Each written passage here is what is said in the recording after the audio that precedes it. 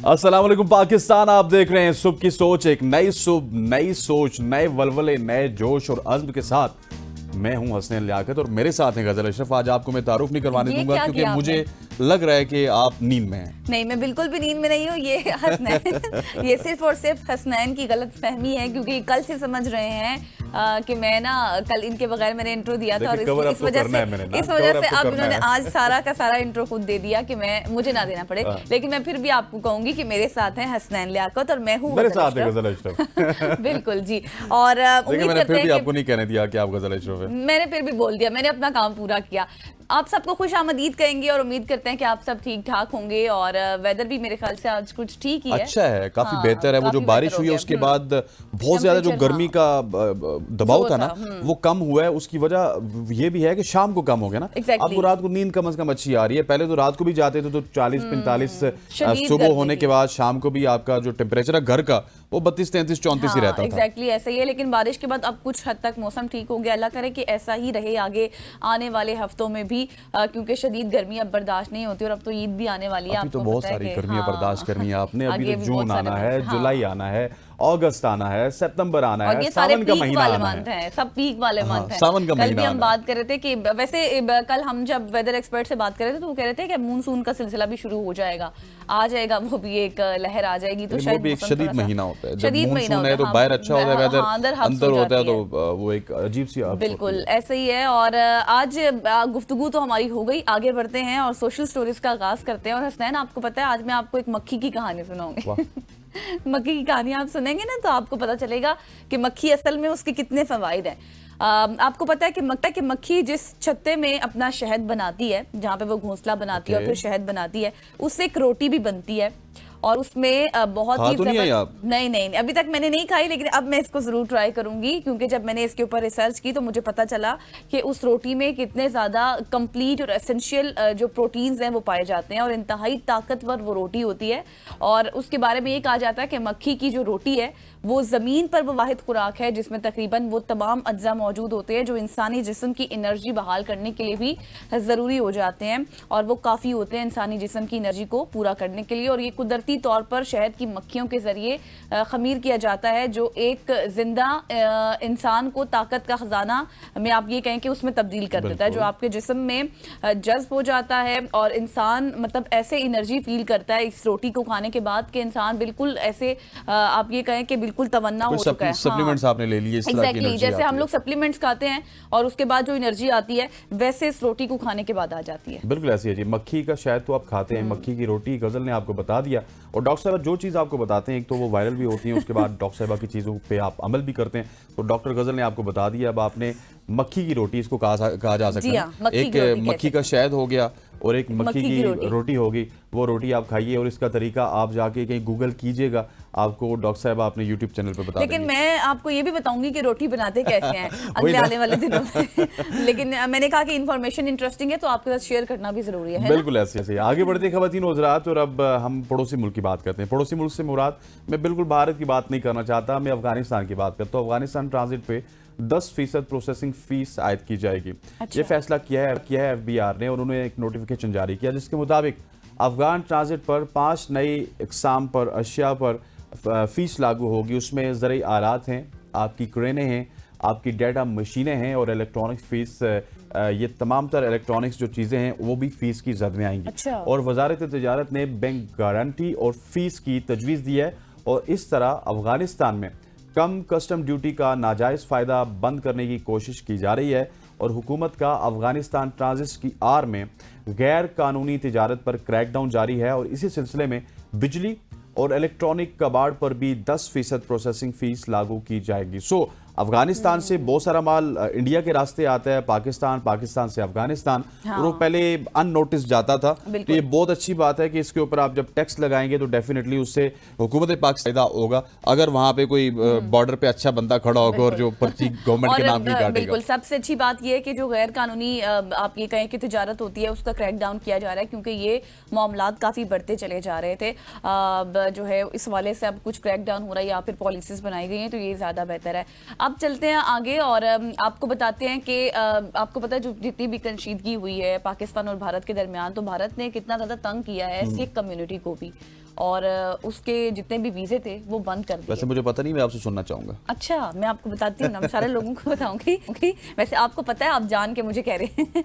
आपको बताते हैं कि पाकिस्तान की जानिब से सिखों के लिए वीजा पॉलिसी में तारीखी तब्दीली कर दी गई है, जो भारतीय हुकूमत की जानिब से करोड़ों सिखों को पाकिस्तान में उनके मजहबी मकामात पर जाने से रोकने के बाद हुकूमत पाकिस्तान ने एक बड़ा फैसला किया है कि पाकिस्तान ने तीसरे ममालिक के जो सिख जितने भी शहरी थे उनके लिए वीज़ा ऑन अराइवल जो है ये जारी कर दिया है। और अब तमाम जो सिख कम्युनिटी है उनको वीज़े प्रोवाइड कर दिए जाएंगे पाकिस्तान की जानिब से, और 126 आई गेस कंट्रीज़ हैं जिनको ये वीज़े जारी किए जाएंगे और फ्री वीज़े मिलेंगे पाकिस्तान की जानिब से, क्योंकि आपको पता है कि भारत ने सिख कम्युनिटी को बहुत तंग किया, उनके तमाम वीज़ास को कैंसिल कर दिए, उनको मुल्कों में पाबंदी लगा दी, लेकिन पाकिस्तान सिख कम्युनिटी के साथ खड़ा हुआ है। और पाकिस्तान का एक बड़ा इनिशिएटिव है कि उन्होंने तमाम लोगों के लिए फ्री वीज़ा पॉलिसी जो है वो उसका इजरा कर दिया। बिल्कुल ऐसे है जी, और ये अच्छी बात है कि सिख कम्युनिटी को आप अप्रिशिएट कर रहे हैं, क्योंकि सिख कम्युनिटी के लिए पाकिस्तान की बड़ी अहमियत है। और पाकिस्तान आपको पता है कि सिख कम्युनिटी के लिए, जिस तरह हम अक्सर आपको बताते हैं कि काबा किबला उनका, बिल्कुल एग्जैक्टली गुरु नानक जी यहाँ पे मौजूद हैं, वो क्या कहते हैं, ननकाना साहब, ठीक है, उन्हीं के नाम से वो इलाका तमाम तर मंसूब है। तो ये तमाम तर जो चीज़ें हैं ये यकीनी तौर पे सिख कम्युनिटी के लिए बहुत ही अच्छी। ख़वातीन हज़रात, आगे बढ़ते हैं और आगे बढ़ते हुए आपको बताते हैं कुछ एक और खबरें, क्योंकि आपने भारत की खबर बताई तो मैं भी भारत से रिलेटेड ही आपको खबर बता रहा हूँ। अच्छा। खुद तो रुस्वा हुए, मगर राफेल को भी साथ साथ आपने रुस्वा कर दिया। कुछ ऐसा ही हुआ है इस वक्त राफेल कंपनी के साथ और फ्रांसीसी कंपनी के साथ, क्योंकि इब्तदाई तौर पे मालूमात कुछ इस तरह की आ रही है कि इंडोनेशिया ने एक बहुत बड़ा दिफाई मुआहिदा किया था फ्रांस के साथ, और उन्होंने 42 राफेल्स जी 42 राफेल्स का उन्होंने किया था उनके साथ दिफाई मुआहिदा, और उस मुआहिदे के तहत उन्होंने राफेल्स लेने थे। लेकिन अब जब से राफेल्स गिरे तो उन्होंने ये फैसला किया है कि तशवीश पैदा हो गई है कि हमें लेने भी चाहिए या नहीं, इतने डॉलर्स खर्च करने। वो जिस तरह होती है ना, वहाँ पे भी कौमी सलामती की कोई कमेटी हुई होगी, वो सारे बैठ रहे हैं और बैठ के फैसला कर रहे हैं कि उनको राफेल लेने चाहिए या नहीं लेने चाहिए, या फिर जेटेल लेने चाहिए, जो कि पाकिस्तान की जानिब से बड़े अच्छे इस्तेमाल हुए। लेकिन उनको मैं एक चीज़ बताना चाहता हूँ, इस स्टोरी का मकसद ये है कि यार राफेल में खराबी नहीं है, J10 भी कोई बहुत सुपर डुपर उस तरह से जेट नहीं है।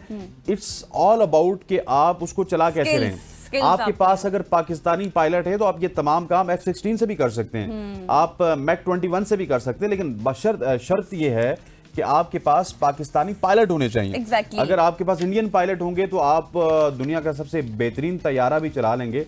तो इसी तरह से गिरेगा, कोई बालाकोट में गिरेगा, कोई श्रीनगर में गिरेगा, कोई कहाँ पे गिरेगा, और उसके बाद इंडियन गवर्नमेंट मुंह छुपाती फिरेगी और कहेगी नहीं हम तो ना तरदीद कर सकते हैं ना तस्दीक कर सकते कि हमारा राफेल गिरा या नहीं गिरा। एग्जैक्टली और ये सारी बात जिस तरह से हसनैन ने आपके साथ शेयर की है ना, ऐसे ही है। और अब वो जो इंडोनेशिया है वो इस हवाले से काफ़ी तशवीशनाक जो है ना, उनमें तशवीश पैदा हो गई है कि हमें ये लेने चाहिए, क्योंकि इतने लाखों के डॉलर्स वो खर्च करेंगे इतने ज़्यादा, तो उसके बाद फिर वो लें ना लें। और ये कमेटी बैठेगी जिसमें डिस्कस होगा कि क्या ये राफेल की खराबी थी या फिर चलाने वालों में खराबी थी। आगे बढ़ते हैं और इसका जो भी फैसला होगा वो आपके साथ जरूर शेयर करेंगे। अब आपको बताते हैं कि पाकिस्तान का जो डर और खौफ है, भारत अपने ही शहरियों पर जासूसी के इल्जामात लगा रहा है, ठीक है, अपने शहरियों को भी नहीं छोड़ा। वो मीडिया, वो मोदी जिसने अपने शहरियों को झूठा तमाम तर खबरें दी, झूठी खबरें दी और फैलाई, अब वो यहाँ तक पहुँच गए हैं, इस नहज पर पहुँच गए हैं कि अपने लोगों को ही वो आप ये कहें कि उन पर इल्जामात का सिलसिला जारी है। ज्योति मल्होत्रा जो कि एक यूट्यूबर हैं और व्लॉगर भी हैं, उनको हरियाणा की पुलिस ने गिरफ्तार कर लिया है। और उनका ये कहना है कि ज्योति मल्होत्रा पाकिस्तानी हुकाम को खुफिया मालूमात फराहम करती थी और 5 रोज़ा उनको रिमांड पर भी भेज दिया गया। और उन पर ये इल्ज़ाम लगाया गया है कि जो ऑपरेशन सिंदूर था उसके हवाले से जो इंटरनल आप ये कहें कि इनसाइड जो स्टोरीज थी वो तमाम तर वो पाकिस्तान को देती थी। हालांकि उनके वालिद ने इस चीज़ की तस्दीक की है। उन्होंने कहा है कि ज्योति मल्होत्रा सिर्फ एक बार पाकिस्तान गई हैं और वो भी इजाज़त के साथ गई हैं। मतलब दैट इज वेरी अनफॉर्चुनेट कि पाकिस्तान आना उनको इतना भारी पड़ गया कि अब उनको एक जासूसी का इल्ज़ाम लगाया गया। लेकिन ज्योति का जो कॉन्टेंट था वो मैं देख रहा था, दैट वाज नॉट बायस्ड के लाहौर गिर गया, कराची गिर गया, इस्लामाबाद गिर गया।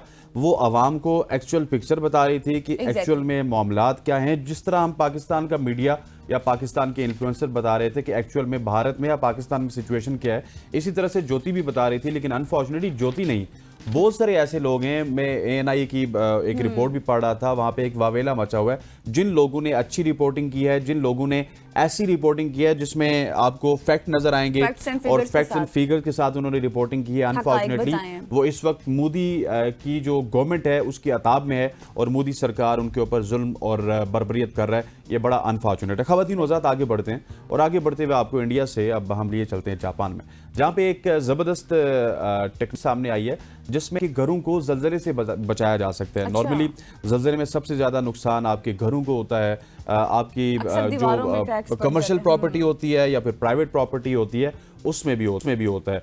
इस टेक्नोलॉजी से होगा ये कि आपको इब्तदाई झटकों का पता चलेगा और उसके साथ साथ आपके पास इस टेक्नोलॉजी में कुछ सेंसर्स लगे होंगे और वो सेंसर्स आपको बता देंगे, मतलब आपको नहीं बताएंगे, उस टेक्नोलॉजी के जरिए उस सिस्टम को बता देंगे जहां पे उस स्ट्रक्चर के ऊपर आपका घर होगा कि अब जलजला आने वाला है। और वो जो घर है उसके नीचे जिस तरह आपकी कार के अंदर एयर बैलून नहीं होते, वो बैलून आपको बचा लेते हैं एक्सीडेंट में, तो वो थोड़ा सा बैलून उनके, लेकिन वो ताकतवर किस्म के बैलून होंगे कि जो पूरे के पूरे घर को उठा लेंगे। लेकिन इसमें ये नहीं है कि वो घर खवातीन हो जाता पूरे का पूरा उठेगा, वो कुछ 4-5 इंचेस ऊपर आ जाएगा और वो बैलून उसके सहारे में वो 5 से 6 इंचेस जमीन से ऊपर आ जाएगा। मतलब जमीन को कोई क्रैक होता है, कुछ और चीज होती है तो वो बैलून स्ट्रेच भी हो सकता है, लेकिन इससे ये है कि आपकी जो बुनियादें हैं और आपके जो घर है वो नुकसान से बच सकते हैं। That is very very good technology. मैं उम्मीद करता हूं कि अगर ये टेक्नोलॉजी सस्ती हो तो इसको तो पूरी दुनिया में एप्लाई किया जाए। बिल्कुल एग्जैक्टली। लेकिन ये है कि जापान को आप देखें कि कितना टेक्नोलॉजी की दुनिया में आगे जा चुका है कि अब वो ज़लज़लों से पहले आपका घर भी हवा में उड़ जाएगा। कितनी बड़ी ये बात है ना, आप सोचें तो आपको समझ आती है कि आपका घर हवा में उड़ेगा।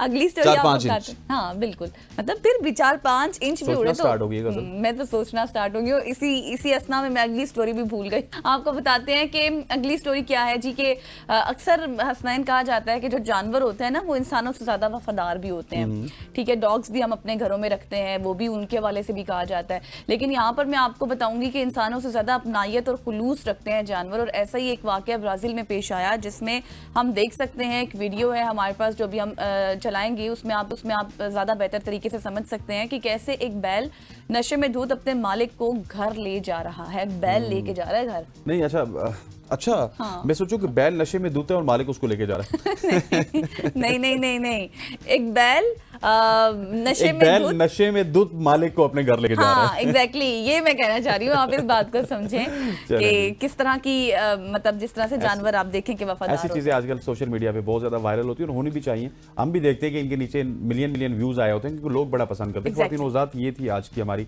सोशल स्टोरीज और तो इसका वक्त खत्म हुआ चाहता है। जी हाँ, सोशल स्टोरीज का वक्त खत्म हुआ चाहता है क्योंकि मेरी ना अभी सोच वो एयर वाली स्टोरी पे ही अटक गई है कि कैसे आपका घर उड़ सकता है। यहाँ पर लेंगे ब्रेक के बाद वापस आएंगे। स्टे विद अस।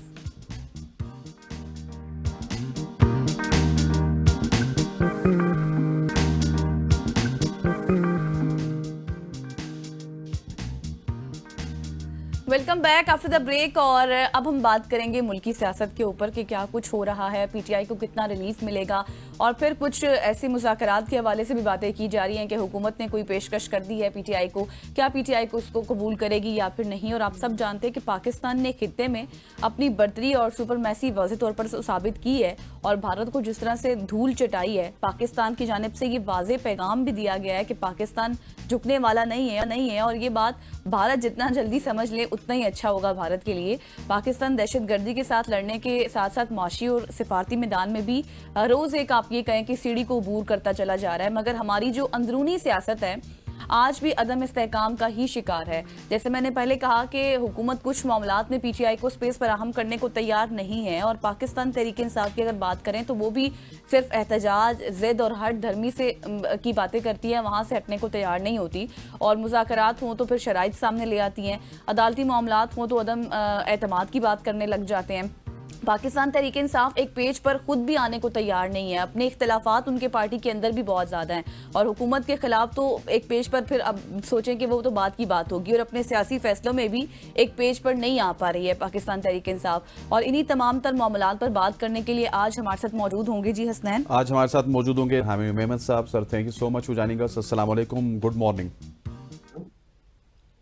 अच्छा सरेर साहब, आपको सबसे पहले तो मैं ये पूछना चाहूँगा कि जिस तरह से हमाद ने गज़ल ने बात की है, हमाद का जिक्र आ गया, हमाद आप पीछे बोल रहे हैं। जिस तरह से गज़ल ने बात की है, मुझे ये बताइएगा कि क्या लग रहा है आपको कि जो मुस्तकबिल है वो क्या है मुज़ाकरात का? क्या पाकिस्तान तहरीक इंसाफ और हुकूमत के दरमियान जो मुज़ाकरात हैं ये हो पाएंगे किसी तरह से कामयाब? रहमान रहीम, या का नाबुदो व या का नस्ताईन। देखिए, मुझे नहीं मालूम कि हुकूमत सीरियस है या नहीं है इस मुलाकात के लिए या इन टॉक्स के लिए, वो सीरियस है या नहीं है। जनरली अगर आप मुझसे पूछे तो हुकूमत कभी कोशिश नहीं करेगी कि पाकिस्तान तहरीक इंसाफ के साथ वो किसी भी लिहाज से वो मुज़ाकरात करे। क्यों? अगर मुज़ाकरात कामयाब होते हैं और पीटीआई को रिलीफ मिलता है तो उनको लगेगा जैसे ये उनकी एग्जिस्टेंस को खतरा है। और वो उनके बहुत सारे मिनिस्टर्स ने काफी अरसे से कह रहे हैं कि इसका मतलब होगा कि वील बी फिनिश्ड एंड कोई हमें जेल में डाल देगा, ये कर देगा, वो सारी चीजें। तो मेरा नहीं ख्याल वो है। अब सवाल ये उठता है कि क्या हुकूमत को, या लेट्स से हुकूमत से ज्यादा मैं ये कहता हूँ, क्या पाकिस्तान को इस डायलॉग की जरूरत है? बिल्कुल पाकिस्तान को डायलॉग की जरूरत है। मैं आपको एक मिसाल देता हूँ, बीइंग अ डॉक्टर में एक मिसाल देता हूँ। एक चीज होती है, बीमारी होती है, उसको हम ऑटो इम्यून डिजीज कहते हैं। उसमें ये हो जाता है कि जिस्म के आपके कुछ चीज जो जो जो ब्लड सेल्स होते हैं वो जिस्म के अंदर ही किसी और ऑर्गन के खिलाफ काम शुरू कर देते हैं, स्किन हो या कुछ हो, और उसकी वजह से एक प्रॉब्लम स्टार्ट हो जाती है। या अगर कोई आदमी जो है वो अंदर से जिस्म से वो बीमार हो तो वो अगर कोई बाहर कुछ करना चाहता है, कोई मेहनत या वो, तो वो नहीं कर पाता। तो इसी तरीके से पाकिस्तान जो है वो एक्सटर्नल जो थ्रेट्स हैं या एक्सटर्नल जो प्रॉब्लम्स है उससे उस वक्त तक नहीं लड़ पाएगा पूरी तरह लड़ पाएगा कि जब तक पाकिस्तान अंदरूनी जो मुश्किलात है या जो इख्तलाफात है उसको एक खास हद तक कमी पे ना लेकर जाए।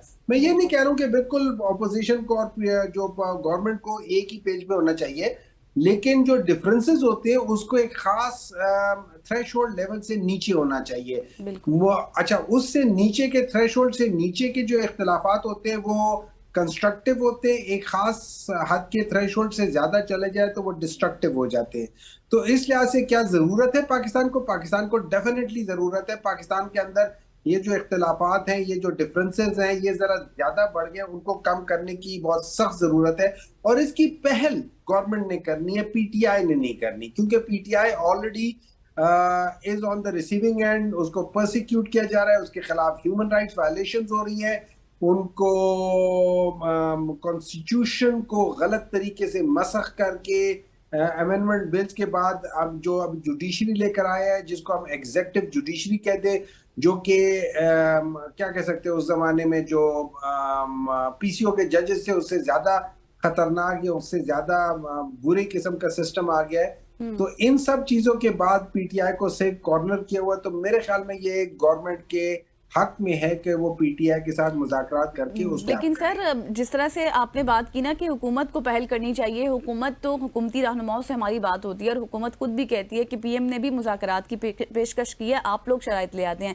मेरा सवाल आपसे ये है कि तहरीक इंसाफ की वज़ीर आज़म और जो स्पीकर कौमी असम्बली के खिलाफ जो इस वक्त अदम एतमाद लाने की बातें ज़ेर गर्दिश हैं, तो पीटीआई की क्या हिकमत अमली होगी और अपोजिशन की इत्तेहादी जमातों के हवाले से क्या हिकमत अमली बनाई जा रही है?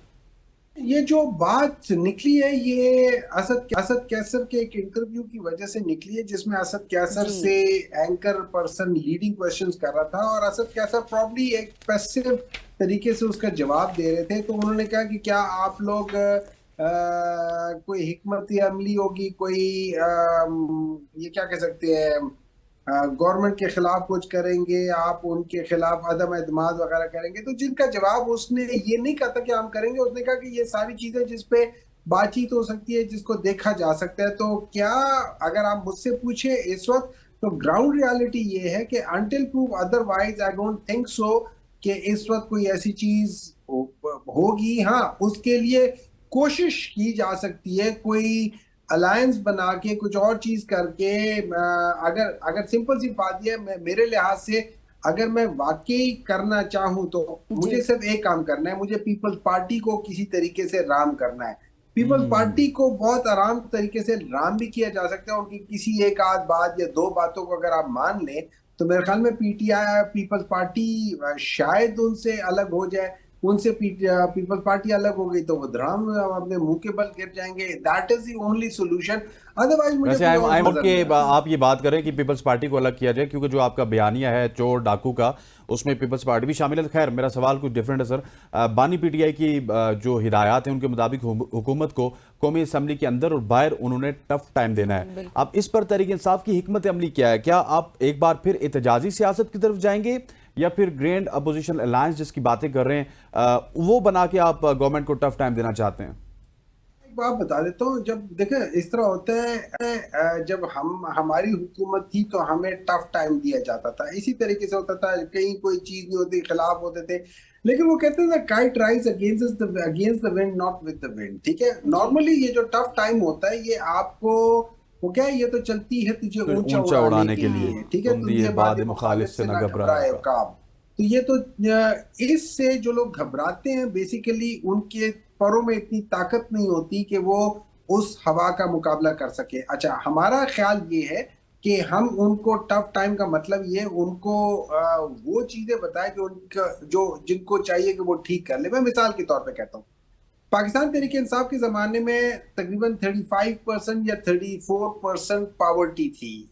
आजकल के जमाने में ऑलमोस्ट 43% पावर्टी है। अब ये वो लोग हैं, आप सोचे तकरीबन आधा मुल्क या दूसरे लफ्जों में 8% के करीब आबादी पाकिस्तान की 8% ऑफ पाकिस्तान पॉपुलेशन है, वो सतह गुर्बत से नीचे चले गई है पिछले 3 सालों में।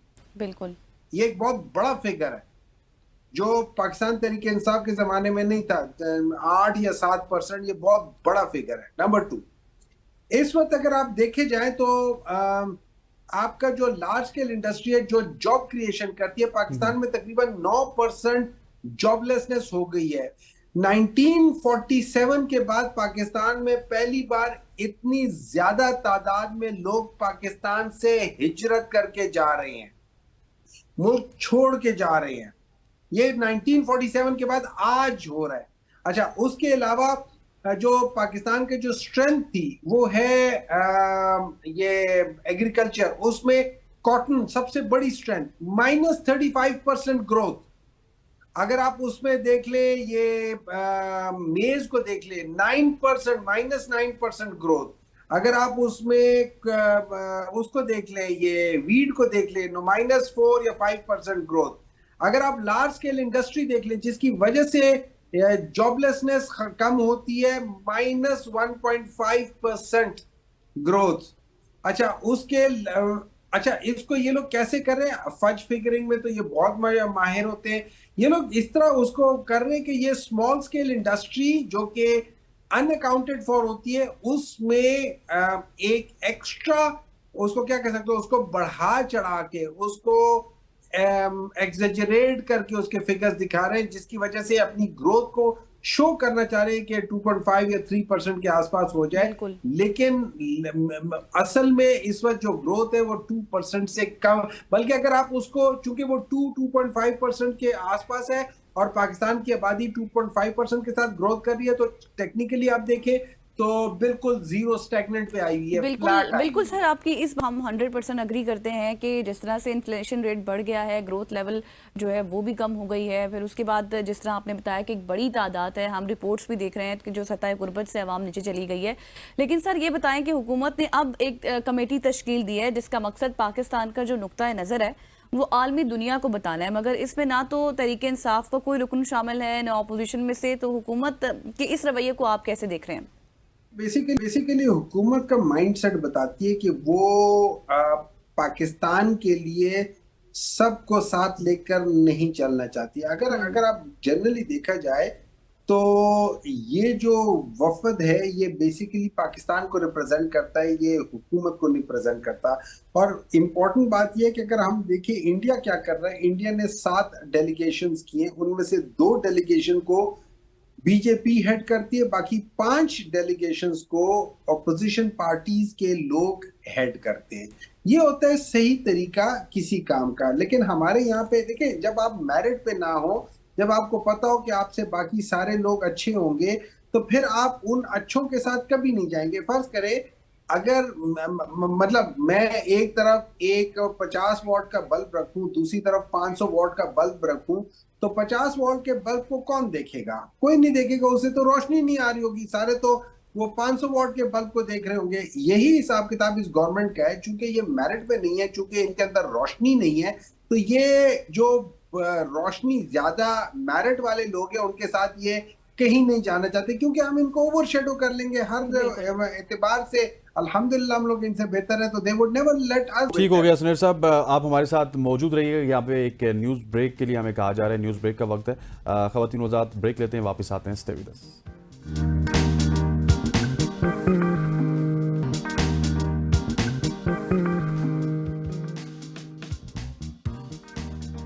वेलकम बैक ख़वातीन वज़ात। सेनेटर हमायूं अहमद साहब हमारे साथ मौजूद हैं। सेनेटर साहब, वक्त ज़ाया किए बगैर मैं आपकी तरफ आऊँगा। सर, इस दफ़ा तो पेट्रोलियम मसनूआत की अगर बात की जाए तो वो कीमतें बरकरार भी रही हैं, लेकिन हुकूमत पेट्रोलियम लेवी की मद में सुना यह है कि 194 अरब के इजाफी टैक्स लगाने जा रही है, जो बजट में महंगाई की चक्की में पिसती अवाम के लिए एक मजीद बोझ होगा। इस हवाले से पीटीआई को हिकमत अमली बना रही है कि जो अवाम के इशूज़ हैं, ठीक है आपके लीडरशिप इस वक्त जेलू में, आप उनके हवाले से भी बात करें, लेकिन जो रियल अवाम के इशू हैं महंगाई के हवाले से, अवाम जो पिसी जा रही है, इस हवाले से कोई नहीं बोला, स्पेशली पीटीआई।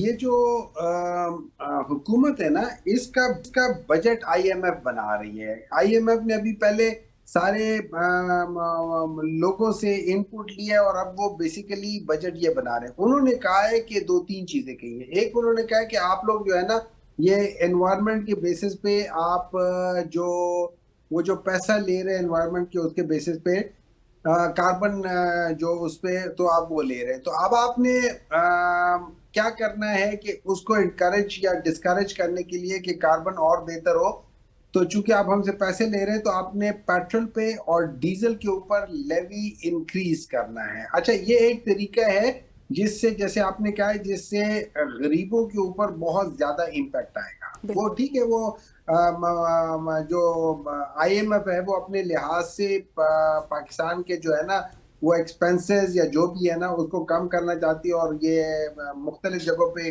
वो कर रही है, तो उसकी वजह से एक होगा। नंबर 2, जो सब्सिडीज दी जा रही है खासतौर पे बिजली के लिहाज से, वो हुआ ये है कि ये जितना भी सर्कुलर डेट है ना, वो बेसिकली गवर्नमेंट, वो आईएमएफ कहती है कि ये सर्कुलर डेट को ना आप एक किस्म का वो कर ले, एक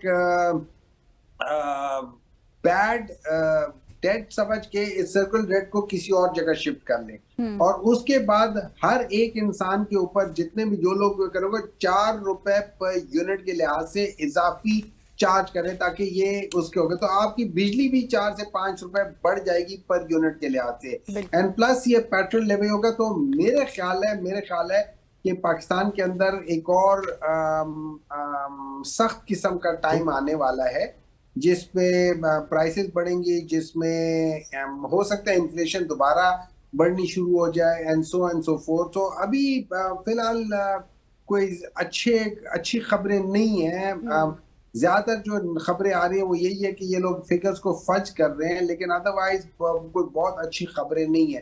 फिर एक और चीज डिबेट आपको देखनी पड़ेगी कि ये जो जिस तरीके से ये लोग कह रहे हैं कि हम लोगों ने डिफॉल्ट से बचा लिया है। देखिए, डिफॉल्ट से बचाना है मैं, और एक किस्म का आप at the expense of the country के जिस लिहाज से आपने उसको बचाया या जो किया है, बाज़ दफा वो बचाना ज्यादा, वो जिसे कहते हैं ना कि मुझे क्या बुरा था मरना अगर एक बार होता। अच्छा, तो सर, मुझे बिल्कुल आप ठीक कह रहे हैं हमायूं साहब कि हमारे पास वक्त की कमी है, तो मैं आखिर में आपसे ये पूछना चाहूंगी, जो नायब वज़ीर आज़म का दौरा चीन है उसको आप किस तरह से देख रहे हैं? अगर आप मुझसे पूछे ना, ये वैसे जाके मिल जाना और बात होती है, लेकिन जब आप ऐसे इंपॉर्टेंट जगहों पे जाते हैं तो आपके पास उसूलन ऐसे लोग होने चाहिए जिनका एक अच्छा तजुर्बा हो, या वो पॉलिटिकली काफी तजुर्बेकार हो इन फॉरेन अफेयर, और या फिर उनकी जो एजुकेशनल क्वालिफिकेशन हो वो उस लिहाज से। जैसे जयशंकर है, वो एमफिल उसने किया हुआ है ये पॉलिटिकल साइंस में और पीएचडी की हुई है इंटरनेशनल रिलेशन में, एज अपोज टू इसाक डार साहब जो बेसिकली अकाउंटेंट है, ठीक है ना। तो उस लिहाज से अब आप इसको करके कर लेंगे, ठीक है, चाइना अच्छा दोस्त है, वो कुछ ना कुछ करेगा, लेकिन मेरे लिहाज से you have to choose the right person for the right job. और सेनेटर साहब thank you so much for joining us. Senator Ahmed साहब हमारे साथ मौजूद थे जो कि हमारे साथ बात कर रहे थे। बड़ी तफसीली गपशप हुई है सेनेटर साहब के साथ। खवातीन और हज़रात, यहाँ पर वक्त हो जाता है एक शॉर्ट सी न्यूज़ ब्रेक का। न्यूज़ ब्रेक के बाद वापस मुलाकात होती है। स्टे विद अस।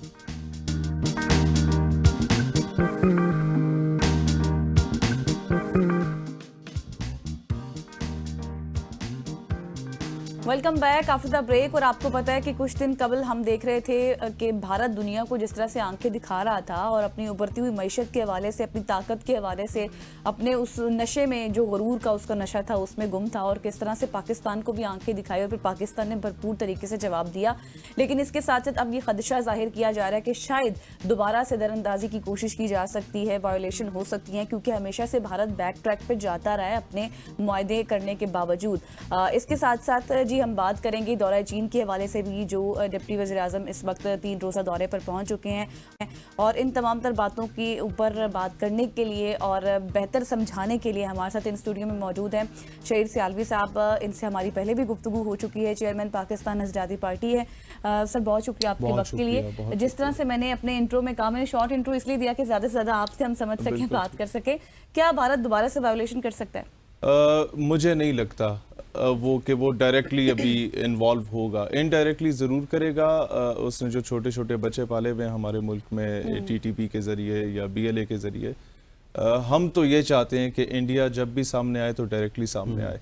देखें, हमारी कौम भी और हमारी फ़ौज भी फ्रेंकली स्पीकिंग बहुत ज़्यादा फ्रस्ट्रेशन का शिकार रही है। इसी वजह से कि मैं अल्फाज इस्तेमाल नहीं करने चाहिए, लेकिन अवाम को समझाने के लिए हमारी फ़ौज से लड़ रही थी, बिल्कुल डायरेक्टली से लड़ी है। पहले उसके प्रॉक्सी से लड़ रहे थे, अब डायरेक्टली वो सामने आया है और ये शुक्र अदा किया है। मतलब मैं अपने इर्द गिर्द के फौजियों को देख रहा हूँ जिनके साथ गमियों खुशियों में आप जाते हैं, इनका मोराल इतना बूस्टअप है कि यार, हमें जिस दिन के लिए हमारी माओ ने परवरिश की थी, इस कौम ने जिस दिन के लिए हमें अपने माथे का झूमर बनाया था, वो दिन आ चुका है। और जिस जंग की भारत हमें धमकी दे रहा था, वो तो हम बचपन से सुनते आ रहे हैं। उस जंग की तो बशारत हमें अपने नबी करीम अलैहिस्सलाम ने दी है। तो मोराल पूरी कौम का बहुत हाई है और ये वो वाहिद कौम है जिसके दिल में किसी किस्म का खौफ है ही नहीं। आप ये देखें, ये वो वाहिद कौम है जिसे जब इंडिया ने धमकी दी जंग की, तो ये खुशी से वो लुटियां डाल रही थी, सराइकी अपना झूमर कर रहे थे। आप ये देखें कि नूर खान बेस पे अटैक होता है। मेरे अस्करी 14 के कुछ दोस्त थे, कुछ डीएचए के दोस्त थे, मतलब मेजॉरिटी फौजी हैं। कहते यार, हमारे रिटायर्ड बुजुर्ग वो रात को गाड़ी निकाल के दौड़ के गए कि जाके चेक करते यार उसके बाहर तो मजमा लगा था, ऐसा लग रहा था जलसा है वहां पे। आवाम तो थी। मैं 60-65 साल के बुजुर्गों की बात आपको बता। अच्छा, फिर ये वो कौम है कि आप देखें, मसाइल लाजमी नहीं होते कि जनाब वो सही तरीके से वो चले जाएं, वो फट भी जाते हैं। 100 मसाइल होते हैं। इस कौम का मोराल देखें कि यहाँ आप जो है वो इतने ज़बरदस्त किस्म का मसाइल लॉन्च करने लगे और कौम इस तरह देख रही है जिस तरह से वो टेप बॉल मैच होता है ना गांव में, या वॉलीबॉल मैच होता है, उस तरह लाइनें लगा के बैठी हुई है। ये कौम अपने बजट के मामले में भी बड़ी हसास है कि वो सही लग रहा है। अच्छा, और ये इतनी हसास कौम है कि इसका बस नहीं चल रहा था कि ये इंडिया में जाके देखे कि सही निशाने पे लगा भी है कि नहीं लगा। तो अभी जहां तक आपके सवाल की बात है कि क्या इंडिया दोबारा हमला करेगा, अब पाकिस्तान का मोराल जितना बूस्टअप हो चुका है, इंडिया का मोराल जितना गिर चुका है, मोदी ने जितनी धमकियां लगाई और उन धमकियों के बाद आप सिर्फ ये देखें 13 दिन लगे उसे हमला करने में। एग्जैक्टली सोच रहा था। अब तो वो सोचेगा भी नहीं। अब वो शिकायतें लगाने के लिए उसने अपने फॉरेन ऑफिस के लोगों को, अपने डिप्लोमेट्स को, उनकी टीम्स बनाई हैं, दुनिया में भेज रहा है कि जी हमारा ऑपरेशन जो है वो नाकाम नहीं हुआ, हमने दहशतगर्दों के ठिकानों पे निशाना बनाने की कोशिश की और पाकिस्तान की सेना ने डायरेक्टली हम पे अटैक कर दिया। तो भाई हम नेपाल पे अटैक करते हैं। आप जिनको दहशतगर्द कह रहे हो वो हमारे फ्रीडम फाइटर्स हैं. If Subhash Chandra Bose was a freedom fighter, we accept and we own him because he didn't fought for India only. वो सब कॉन्टिनेंट की जंग लड़ा. उसने colonialism, British East Indian company की कॉलोनियलिज्म के अगेंस्ट वो खड़ा हुआ. भगत सिंह फ्रीडम फाइटर कहते हैं आप, हम ओन करते हैं, हम रिस्पेक्ट करते हैं. आप चे गुवेरा को, फिडेल कास्ट्रो को, नेल्सन मंडेला को फ्रीडम फाइटर कहते हैं, हम ओन करते हैं. तो फिर हमारे कश्मीर में जो लोग इंडियन एग्रेशन के अगेंस्ट जिहाद कर रहे हैं, जो उसके अगेंस्ट मूवमेंट्स चला रहे हैं, आर्म्ड स्ट्रगल कर रहे हैं, अक़वाम मुत्तहिदा के चार्टर के मुताबिक, they are also freedom fighter. They should be termed as a freedom fighter, not as a militants, not as a terrorist. तो उन लोगों के बारे में ये लेबल लगाना, भाई आप मेरी माँ बहन बेटी के साथ ज्यादती करते हैं, आप मेरे जवानों को कत्ल कर देते हैं, आपसे पाकिस्तान का ऑपरेशन कामयाब नहीं होता तो आप हिंदुस्तानी मुसलमानों पे बदला उतारते हैं. उसके मुकाबले में अगर मेरा कोई एक कश्मीरी उठा के तुम पे गुलेल तान लेता है, तो उसके पीछे क्या तुम मतलब उसकी रूट्स तलाश करोगे कि इसका कौन कौन सा रिश्तेदार पाकिस्तान में उधर आके आप धमाके करोगे. तो भाई आप ठीक है, आप सिर्फ पाकिस्तानी, अब तो सिखों के ऊपर भी इस तरह से जुल्म किया जा रहा है, उनके वीजे बंद कर दिए. उन्हें पता था कि ये अच्छा, पाकिस्तान ने बड़ी जबरदस्त एक पॉलिसी आप देखें कि जब इंडिया ने कहा ना कि हम सिंतास मुआहदा कैंसिल कर रहे हैं, पाकिस्तान ने कहा जी ठीक है. उन्होंने कहा आपके हम मिलिट्री अटैची वापस भेज रहे हैं और कोई पाकिस्तानी अभी नहीं आ सकता, वीजा कैंसिल. पाकिस्तान ने बड़ा जबरदस्त मैसेज दुनिया को दिया कि हम भी आपका सारा कुछ कैंसिल कर रहे हैं, सिवाय सिख यात्रियों के. मतलब एक वाज़े मैसेज हमारे मुल्क ने दिया कि बात ऑक्युपाइड कश्मीर तक नहीं रहनी, अब खालिस्तान की बात भी होगी. जो मेरे जैसे लोग अपने दौरे तालिब इल्मी से पीट रहे होते थे अपनी गवर्नमेंट्स के आगे, अपनी इस्टेब्लिशमेंट के आगे, कि यार खुदा को मानो, खालिस्तान का जो आपका डेस्क है उसे ओपन होना चाहिए. एक छोटा सा ऐड करूंगा, how well we played in Bangladesh. So things are getting in our way ना from last कमाल 2 years. लेकिन मैं आज शुक्र है आपने बात की है. हमारे ऑनरेबल प्राइम मिनिस्टर ने सारे मुल्कों का शुक्रिया अदा किया. He forgot to thanks Bangladesh and Iran as well. हाँ, उन्होंने अपना, उनके अवाम ने. लेकिन बांग्लादेश जो है ना, ईस्ट पाकिस्तान, जो ईस्ट पाकिस्तान के लोगों ने अपनी मोहब्बतें दिखाई, जो उन्होंने भारत के अगेंस्ट वहां बॉर्डर पे जाके पाकिस्तान जिंदाबाद के नारे लगाए. बीएसएफ के सोल्जर्स से बांग्लादेशी सोल्जर्स अभी मुकालमा करके वीडियोस ट्विटर पे डाल रहे हैं, पाकिस्तान ने ठीक मारा ना, उसने कहा जी बाबा ठीक मारा, मेरी जान बख्श दो. मैं बंगालियों का शुक्रगुजार हूं.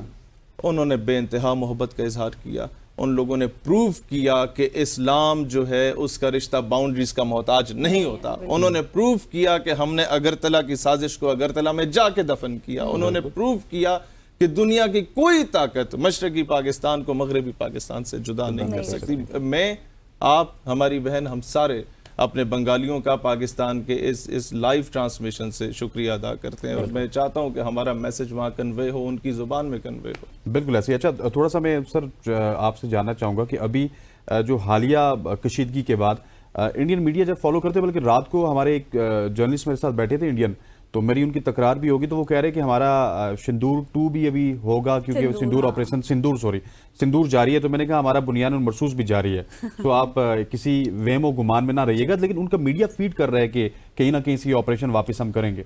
अल्लाह करे वो करें.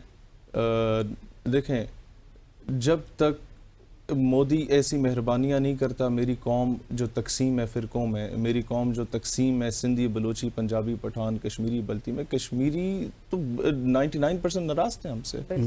कश्मीर एक्शन कमेटी, जिस पे पता नहीं कितने थिंक टैंक्स बन रहे थे कि यार किस तरीके से नाराजी किया जाए, मोदी ने जो हरकत की है कश्मीर एक्शन कमेटी, सबसे पहले उसने बोला कि मैं पाक फौज के साथ खड़ी हूँ. सर ये बहुत बड़ी बात है.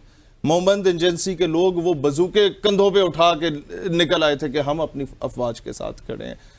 बलूचिस्तान के डेरा बुगटी के अंदर सुई चले जाए, बेकट चले जाए, देयर आर 5-6 सब ट्राइब्स ऑफ डेरा बुगटी, मराठा, मोंदरानी, कलपर, मैसूरी, उसके बाद रायजा, सारे ट्राइब्स ने अलग अलग रैलीज निकाली पाकिस्तान के परचमों के साथ और इंडिया का झंडा पैरों में बांध के. उन्होंने कहा जी हमारे ग्रीवेंसेस हैं ज़रूर अपनी गवर्नमेंट्स के साथ, अपने गवर्नमेंट की मिसमैनेजमेंट के साथ, इवन वहाँ की लोकल लॉ एनफोर्समेंट एजेंसीज के साथ, but when it comes to Pakistan फिर हम एक हैं. तो दुनिया को एक मैसेज गया और all credit goes to Narendra Modi. अल्लाह करे कि उसने हमें कौन बना दिया। अल्लाह करे अगला इलेक्शन भी जीते, उसने कौन बनाया। देखिए कांग्रेस एक मुनाफिक जमात है जो बज़ाहिर हिंदू मुस्लिम भाईचारे की बात करती है, काम उसने भी वही किया था जब गांधी जी 1920 की तहरीक खिलाफत में मुसलमानों की हिमायत कर रहे थे ना, तो ही सेड कि आप मुसलमानों के जलसों में कि आप अपने घर बार छोड़ के ईरान अफगानिस्तान चले जाएं, तब वहां इनकलाब नहीं आया था। वहां जब मुसलमान गए हिजरत करने तो उन्होंने तो बंद कर दिया अपने बॉर्डर्स, जब वापस आए तो यही आरएसएस शिवसेना टाइप की मेंटेलिटी के लोग घरों पे काबिज थे। उसने के नौकरियों से इस्तीफा दें और अंग्रेज सरकार से बगावत करें। The moment they resign from there post on the very next day वही हिंदुत्व लॉबी के लोग वहां बैठ गए, सर का खिताब वापस देते हैं, उन्होंने हिंदुत्व वालों को देना शुरू कर दिया। तो मोदी की एक अच्छी बात यह है वो मुनाफिक नहीं है, वो जालिम है, जाबिर है, दहशतगर्द है। उसने अपनी पॉलिसी बड़ी वाजे रखी है। उसने कहा था बाबरी मस्जिद पे हमला करूंगा, उसने किया। उसने कहा मक्का मस्जिद हैदराबाद दक्कन पे हमला करूंगा, उसने किया। उसने हिंदुस्तानी मुसलमानों की आंखें खोली हैं। बिल्कुल ऐसी है, बिल्कुल ऐसी है। हिंदुस्तानी मुसलमान मेजॉरिटी आज पाकिस्तान के साथ खड़ा है, वहां का सिख पाकिस्तान के साथ खड़ा है, वहां का दलित, वहां का शूदर पाकिस्तान के साथ बिल्कुल खड़ा ऐसी है। है। तो ये एक बहुत पॉजिटिव चेंज है अल्हम्दुलिल्लाह। सही हो गया। अच्छा शहीद साहब, चूंकि हमारे पास अब सिर्फ 2 मिनट है और मैं चाहती हूँ कि तमाम सवालात मुकम्मल हो जाएं, बताएं कि आपकी अपनी पार्टी के हवाले से भी मैं पूछूंगी और फिर दौरा चीन के हवाले से भी जो नायब वज़ीर आज़म उसके हवाले से भी बात करेंगे। अपनी पार्टी के हवाले से बताएं जिसको आपने 2022 में आपने उसकी बुनियाद रखी और जिसका मकसद ये था कि शऊर पैदा करना नौजवान में। हाँ, देखिए मैं आपको वन लाइनर बताना चाहता हूँ। पाकिस्तान नजरियाती पार्टी खुद मुख्तार पाकिस्तान देखना चाहती है, जिसके फैसले हमारी पार्लिमान में हो, जिसके फैसले वाशिंगटन डीसी में ना हो। वो पाकिस्तान जिसकी हाँ और ना में अक़वाम आलम के फैसले हों। वो पाकिस्तान जो अपने कर्ज़ों से पाक पाकिस्तान हो, मईशत उसकी मुस्तहकम हो, किसी से जाके भीख ना मांगे। ये नारे सुनने में बहुत अच्छे लगते हैं, लेकिन अल्लाह का करम है हम सोल्यूशन ओरिएंटेड मैनिफेस्टो लाए। नेक्स्ट टाइम कभी हुआ तो इसको हम इंशाल्लाह सर, हमने पिछली दफा भी आपको बोला था कि हम आपको तंग करते रहेंगे और हम आपको तंग करते रहेंगे। शहीद सियालवी साहब, thank you so much for joining अस। ख़वातीन हज़रात, शहीद साहब हमारे साथ मौजूद थे। इंडी ज़बरदस्त कन्वर्सेशन हुई और यहाँ पे वक्त हो जाता है एक शॉर्ट सी कमर्शियल ब्रेक का। ब्रेक के बाद एक और मेहमान हमारे साथ मौजूद होंगे। स्टे विद अस।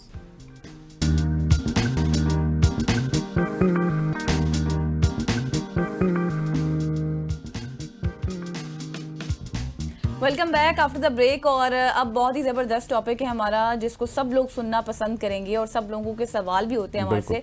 और आपको पता है कि वैसे तो मायरीन भी आज तक इस बात का तसल्ली बख्श जवाब नहीं दे सके कि बाज़ इंसान मोटे क्यों हो जाते हैं, उनमें मोटापा क्यों आ जाते हैं, फैट्स क्यों होते हैं। इंसान के मोटे होने या उनके वजन बढ़ने के हवाले से कई तहकीकात भी की जा चुकी हैं, हम उस पर बात भी कर चुके हैं और हर बार इस हवाले से कोई ना कोई नया सबब सामने आ जाता है। और ज़्यादातर समझा और कहा जाता है कि वो इंसान ही मोटा होता है जो ज़्यादा ग़िज़ाएँ खाता है या फिर इसके साथ साथ अपना ये है कि अपने वक्त फारिग बैठने को तरजीह देता है ज़्यादा। फिर उसके बाद हम ये भी सुनते हैं कि बाद अफराद को ये भी कहा जाता है कि उनकी नौकरी इस तरह की है कि वो ज़्यादातर कुर्सी पर बैठे रहते हैं और गाड़ी में सफ़र करते हैं और कोई वर्जिश भी नहीं करते, अपने काम की टेबल पर खाना खाते हैं, जिस वजह से उनका वजन बढ़ जाता है। लेकिन मोटापा बढ़ने की वजह से यकीनन आप सबको पता है कि दुनिया भर में कई तरह के मसाइल भी हैं ऐसे जो पैदा हो जाते हैं। और तरक्की पसीर ममालिक की बात करूं तो उन समय तरक्की याफ्ता ममालिक में लोगों के मरने का एक सबब मोटापा भी है। एक अंदाजे के मुताबिक अगर मैं आपको बताऊं तो इस वक्त दुनिया भर में 70% अफराद मोटापा या फिर इजाफी वजन का शिकार हैं, जैसे कि मतलब 30% स्मार्ट रह गए आपकी तरह के। हाँ एग्जैक्टली मेरी तरह के। ये अब इन्होंने खुद ही बोल दिया था, मैं मजीद अब क्या बात करूं। तो इन तमाम तर सवालातों को जानने की आज हम कोशिश करेंगे। स्टूडियो में हमारे साथ मौजूद हैं हमारे साथ मौजूद हैं डॉक्टर फजल अकबर साफ़ी साहब। साफ़ी साहब, thank you so much for joining us. Sir, मोटापा एक ऐसी चीज़ है जो कि पूरी दुनिया का टॉपिक है और पाकिस्तानी तो इसको सुनना ही चाहते हैं क्योंकि हम खावे इस तरह के खाते हैं कि हर दूसरे शख्स मोटापे का शिकार है। सर, क्या वजह है, मोटापा क्यों होता है और मोटापे से किस तरह से छुटकारा पाया जा सकता है? सीधा सीधा कुछ बातें बताएं, फिर डिस्कशन को आगे बढ़ाते हैं। अच्छा, बड़ा बुनियादी सवाल है। अब मोटापे में 2 ऐसी चीज़ें हैं। एक तो ऐसी चीज़ जो आपके कंट्रोल में है, ठीक है जी, आप कंट्रोल कर सकते हो, और दूसरी चीज़ आपके कंट्रोल में नहीं है। मिसाल के तौर पर आपकी जेनेटिकली ऐसी है, कोई थायराइड का इशू है, कोई ग्लैंड्स का इशू है, तो उसमें मोटापा हो जाता है, उसमें आपके कंट्रोल में नहीं होता, उसके लिए आप ट्रीटमेंट लेनी पड़ती है। लेकिन जो दूसरा किस्म है जो मोस्टली 80 to 90% लोगों को होता है, वो हमारे कंट्रोल में होते हैं। और इस पूरे पेचीदा सवाल का एक ही जवाब है लाइफस्टाइल। लाइफस्टाइल, और लाइफस्टाइल में भी जो 90% रोल प्ले करता है वो हमारी खुराक की आदत। हमारी जो एक्सरसाइज भी 10% है। एक्सरसाइज 10% है, क्योंकि अगर आप कोई हेवी कैलोरीज, अच्छी कैलोरीज वाली चीज़ खाएंगे तो उसको आपको बर्नआउट के लिए बहुत हेवी एक्सरसाइज करनी पड़ेगी, जो आजकल के मसरूफ ज़िंदगी में, तेज़ रफ्तार ज़िंदगी में बहुत से लोगों के लिए मुमकिन नहीं होता। मुमकिन नहीं होता। तो अच्छा ये है कि हमारी जो इनटेक है खुराक, उन पे हम कंट्रोल कर लें। जो बेसिक चीज़ है इस सब का वो है हमारी जो डाइट है, दैट्स टू मच कार्बोहाइड्रेट या निशास्ता डोमिनेंट डाइट।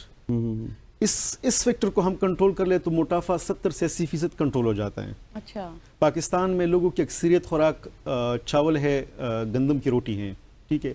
हम अगर थोड़े से अपर मिडिल क्लास की बात कर लें तो ये चीज़ों का इस्तेमाल बहुत ज़्यादा है, तो इनकी वजह से इनका वज़न बढ़ जाता है। गरीब में तो चलो उनकी बेचारी को कैलोरीज ही पूरी नहीं होती, तो उनमें कोई रिस्ट्रिक्शन नहीं है, वो स्मार्ट होते हैं, वो unfortunate due to lack of diet ना। लेकिन जो मिडिल क्लास और थोड़े से भी वो है तो उनमें इन दोनों चीज़ों के एक्सेस की वजह से वज़न बहुत जल्दी बढ़ जाता है।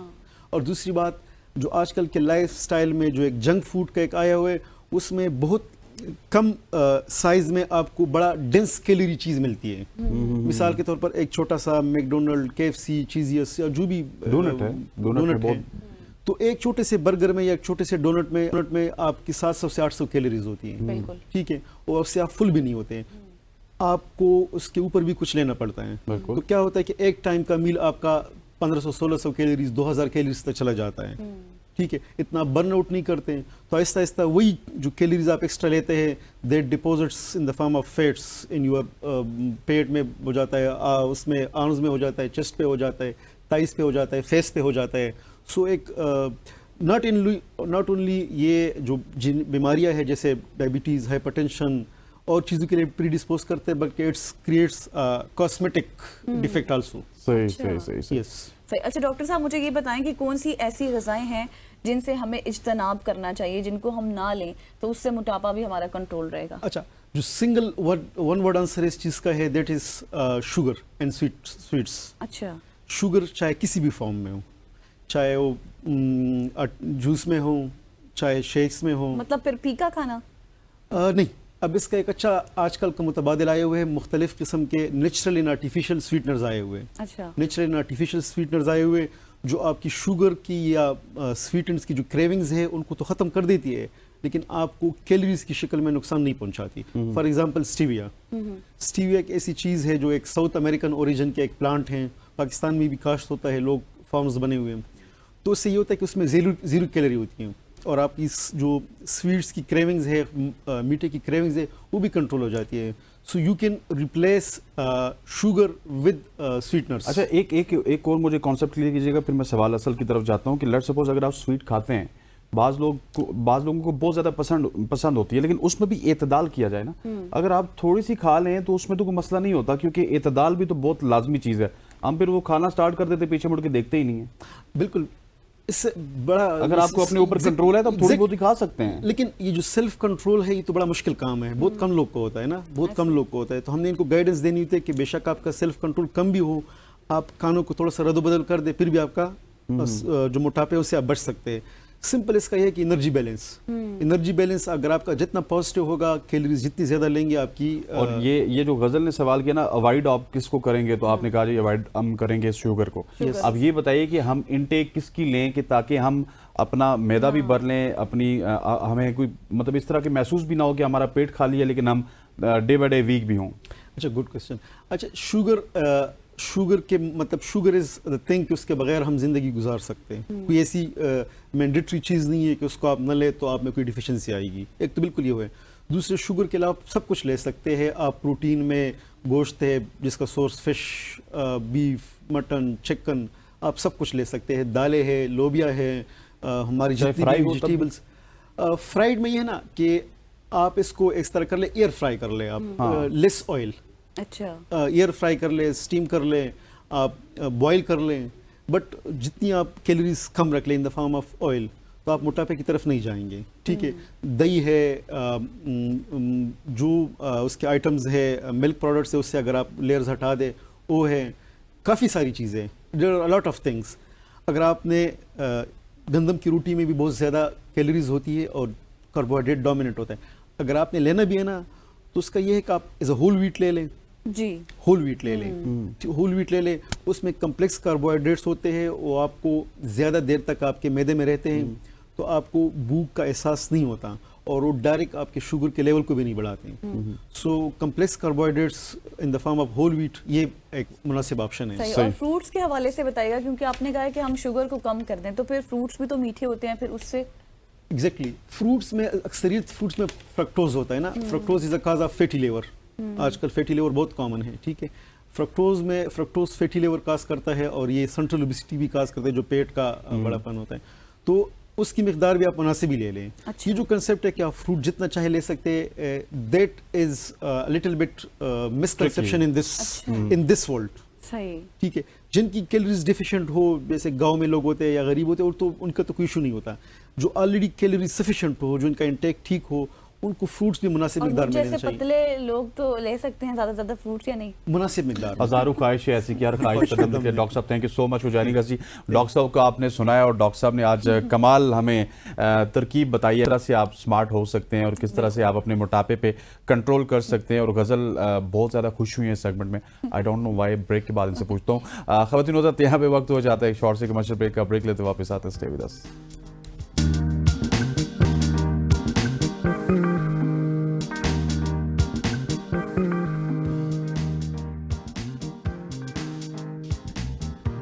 आफ्टर द ब्रेक, और अब हम बात करेंगे जी गुजरांवाला के एक कस्बे की, और कस्बा जो है वो लद्धेवाला वड़ाइच के बाहिम्मत नौजवान की बात करेंगे, जहां से उनका ताल्लुक है और उन्होंने बहादुरी की मिसाल कायम कर दी है। 6 माह की उम्र में पोलियो का शिकार होने के बावजूद हिम्मत उन्होंने नहीं आ रही और पहले हायर एजुकेशन तालीम हासिल की और उसके साथ साथ एक बेहतरीन एथलीट बनकर सामने आ गए।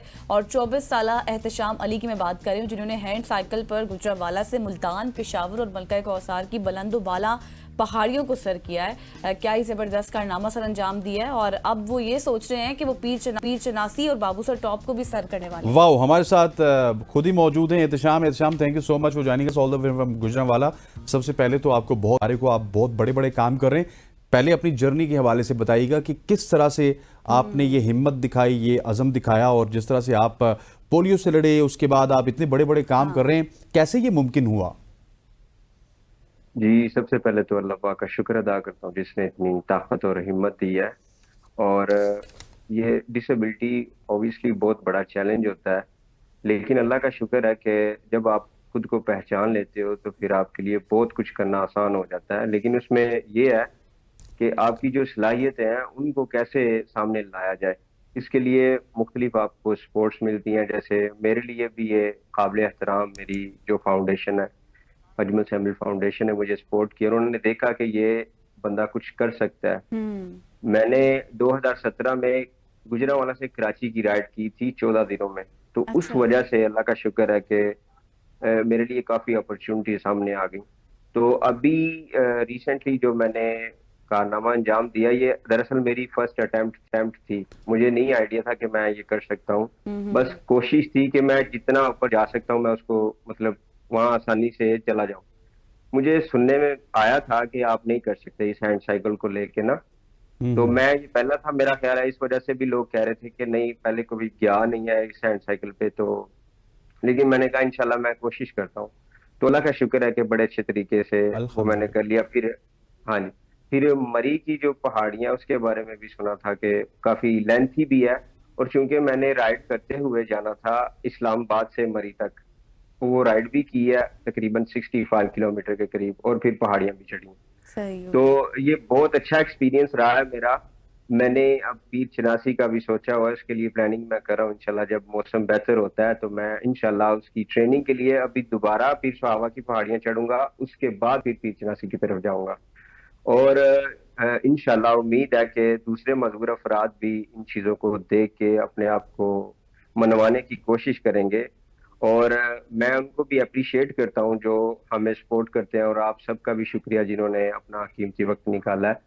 और बड़ा अच्छा लगता है इस तरह पॉजिटिव एक्टिविटीज करने के लिए, जो आप कोशिश कर रहे होते हो लोग आपको अप्रिशिएट करते हैं और ये हौसला होता है। अल्लाह पाक की बिल्कुल ज़ात आपको एहतशाम, आपने अपनी माजूरी को कमजोरी नहीं समझा, रुकावट नहीं समझा और अल्हम्दुलिल्लाह आपने जिस तरह से चोटियों को सर किया और मजीद आप इरादे भी रखते हैं, जैसा कि मैंने पहले भी कहा था। मुझे ये थोड़ा सा बताएं कि किन किन चैलेंजेस का सामना आपको करना पड़ता है अपने सफर के दौरान। रोड सेफ्टी को लेके अभी थोड़ा सा इशू आ रहा है मुझे। जैसे बाज़ औक़ात मुझे रात को भी राइड करना पड़ जाती है, मतलब अगर किसी स्टेशन से मुझे आना पड़ गया तो मैं बाय रोड अगर आ रहा हूँ तो रोड में लाइट्स का बड़ा इशू आ रहा है। और एक और जगह अल्लाह माफ करे, कहीं किसी जगह पे अगर हादसा पेश आया हुआ है तो उस चीज का सफाई का ख्याल नहीं लोग रखते। मतलब ये नहीं है कि कोई उसमें प्रॉपर इदारा आके फिर ही वो सफाई करे, उसमें लोकल्स लोगों का भी ये होना चाहिए कि जो ऊपर सफाई सुथराई होने वाली है कम से कम वो रास्ते से हटा दे। हर कोई मजीद खुद कोई से शुरू एक्सीडेंट ना करेगा हो। तो ये मुमकिन होगा। बिल्कुल जी जी जी जी, ये मजीद कोई हादसा ना पेश आ जाए और किसी और का भी नुकसान ना हो। तो ओवरऑल अच्छा एक्सपीरियंस है। लोग बड़ा अप्रिशिएट करते हैं, स्पेशली जो बड़ी गाड़ियां हैं, बसेस और ट्रक्स वगैरह हैं, ये बड़ा ख्याल रखते हैं क्योंकि हैंड साइकिल लोअर ग्राउंड है मेरी। तो मैंने भी सेफ्टी का ख्याल रखा हुआ है, सेफ्टी फ्लैग है, बैक मिरर है, अच्छे तरीके से आई कांटेक्ट करके मैं ड्राइवर के साथ फिर मैं मूव करता हूँ। तो बड़ा अच्छा एक्सपीरियंस ओवरऑल जा रहा है। तो इंशाल्लाह उम्मीद है दैट्स कि वेरी ग्रेट ऑफ यू। और हम आपकी इस वक्त वीडियोस भी साथ साथ देख रहे हैं एहतशाम। मुझे ये भी बताइएगा कि आप जो प्लान कर रहे हैं इसको फॉर बाबू सर एंड चल्लास एंड समवेयर एल्स, मतलब चित्राल का भी शायद आप प्लान कर रहे हो, तो बाबू सर में तो सर जो गाड़ी है वो बड़ी मुश्किल से जाती है, तो वहां पे किस तरह से कोई मोटर का इस्तेमाल करेंगे, किस तरह से वहां पे आप जाएंगे? नहीं नहीं, उसके लिए ट्रेनिंग है। मैं इस वक्त सारा रिलाय ट्रेनिंग पे करूंगा और उसमें असल में ना जो ट्रेनिंग है वही आपकी जिदोजहद है। उसने अगर उस पे आप डटे रहे हो, उस पे आप मुकाबला कर रहे हो, असल में मुकाबला बंदे का अपने आप के साथ होता है। तो ये पहाड़ियां, ये चोटियां, ये तो बात की बात है, उससे पहले मैंने अपने आप के साथ फाइट करनी है, अपने आप को मनवाना है, फिर उनके लिए अच्छा तैयार एहतशाम, करूंगा। मुझे ये बताएं ट्रेनिंग का जैसा आप जिक्र कर रहे हैं, ये ट्रेनिंग आप किस तरह से करते हैं? आपके कोई कोचेस होते हैं या फिर किस तरह की ट्रेनिंग होती है? अजमल शमील साहब मेरे मेंटोर हैं, जिन्होंने ये मुझे हैंड साइकिल भी डोनेट की हुई है। वो बड़े अच्छे तरीके से रहनुमाई कर रहे होते हैं और इसके अलावा जो सराउंडिंग में साइकिलिस्ट हैं जो नॉर्दर्न एरियाज में आते जाते रहते हैं, उनके साथ भी मैं इस बारे में बात कर रहा हूँ कि जी मैं किस तरह प्रॉपर ट्रेनिंग करके, मतलब डाइट, असल में डाइट, और दूसरा ये है कि वर्कआउट किस तरीके से किया जाए कि आपको जो बाजुओं में स्ट्रेंथ चाहिए वो गेन हो सके और जो उस इंटेंस सिचुएशन है उसमें आपके लिए कारआमद हो। ये असल काम है, लेकिन इस पे काफी काम होने वाला है इंशाल्लाह। अभी बिल्कुल नवंबर में मैं इंशाल्लाह कोशिश करूंगा कि मैं अटेम्प्ट करूं पीर चनासी के लिए, तो उससे पहले मेरे पास काफी वक्त है, तैयारी करूं इंशाल्लाह मैं। ठीक हो गया Ehtesham, thank you so much for joining अस एहतशाम। आप इसी तरह से ग्रो करते रहो, इंशाल्लाह आप जब ये बाबू सर टॉप सर करेंगे वहाँ पे जाएंगे तो हम आपको एक बार फिर लेंगे और आपको आपके एक्सपीरियंस के हवाले से पूछेंगे। ख़वातीन हज़रात, ये कुछ ऐसी स्टोरीज हो के इंस्पिरेशनल होती हैं और आपके सामने रखने का मकसद ये होता है कि इनसे आप भी इंस्पायर हों और आप ये समझें कि दुनिया में कोई भी मुश्किल नहीं होती, सिर्फ आप उसको मुश्किल बना लेते हैं और वो मुश्किल अगर आप नहीं बनाएंगे तो सारी चीज़ें आसान हो जाती हैं। ख़वातीन हज़रात, आज की सुबह की सोच से मुझे, गज़ल अशरफ को और हमारी पूरी प्रोडक्शन टीम को इजाज़त दीजिए। अल्लाह नेगहबान।